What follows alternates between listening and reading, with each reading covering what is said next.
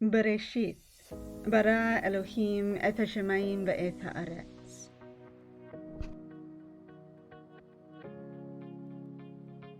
The Bible begins in the beginning, the absolute and total beginning, the time from which all time comes. Long after Genesis was written, Christians would start talking about something called creatio ex nihilo in Latin, which means creation out of nothing. Now, while the writer of Genesis 1 doesn't actually say God created out of nothing, he did write something that in his own age already suggested what theologians would come to know. Genesis 1:1 states that God created the heavens and the earth, except that's not exactly what the Bible says. The word that we translate heaven actually means sky. In fact, whenever you see the word heaven in the Bible, it's really just the word sky. So God creates the skies and the earth in Genesis 1, and ancient people didn't know that anything existed except the sky and the earth. So when they spoke about the sky and the earth, they were referring to the entirety of the universe, or as we might say it today, the entirety of reality. In other words, God did not create anything out of pre-existent matter. So pre-existent matter is how later Christians would start talking about it. And again, the writer of Genesis 1 doesn't actually say that, but he anticipates it. In the beginning, God created all that is. Before this moment, this in the beginning God created, there was nothing.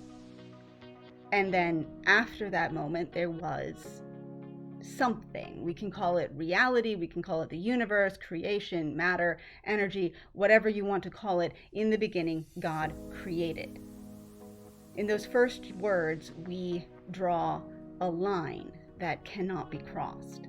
It is the only real line in all of existence. But in the first words of Genesis 1:1, we find the one and only true division. God versus creation, the divine and the not divine, the created and the not created. This is the only line in reality that cannot be crossed. And my favorite way to describe this, words that I encountered in seminary, were uncircumscribable and circumscribable. Circumscribable is what can have a circle drawn around it. It has a beginning and it has an end. It can be defined in a dictionary or in a textbook, but uncircumscribable is something that cannot be defined. It cannot be described. It cannot be comprehended. Or in other words, as the word itself suggests, it cannot fit inside a circle. It is beyond the concept even of the circle. And this is what we find in Genesis 1:1 and throughout the Bible and throughout Christian theology, is that God is beyond the circle. It is only from outside of the circle of this reality, of this universe, that God can create the circle. And God himself is too big to exist inside that circle. So, as the scientists have and can calculate the moment of the Big Bang down to the last fraction of the second, but we cannot calculate what was before that moment or outside it or beyond it. We can only speculate.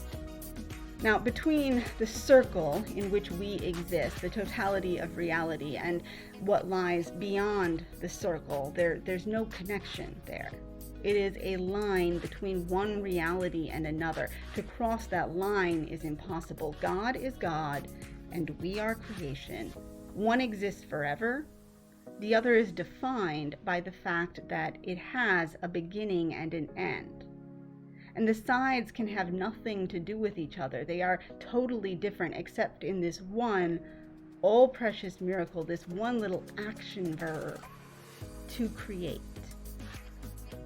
We are defined not only by the fact that we begin and end, but also by the fact that God began us.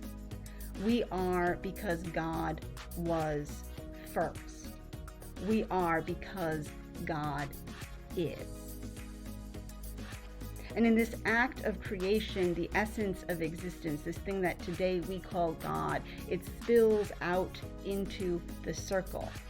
God's existence is poured into us, and only then do we exist. We are not God because we were created. God is not us because God always existed. We exist because existence itself created us.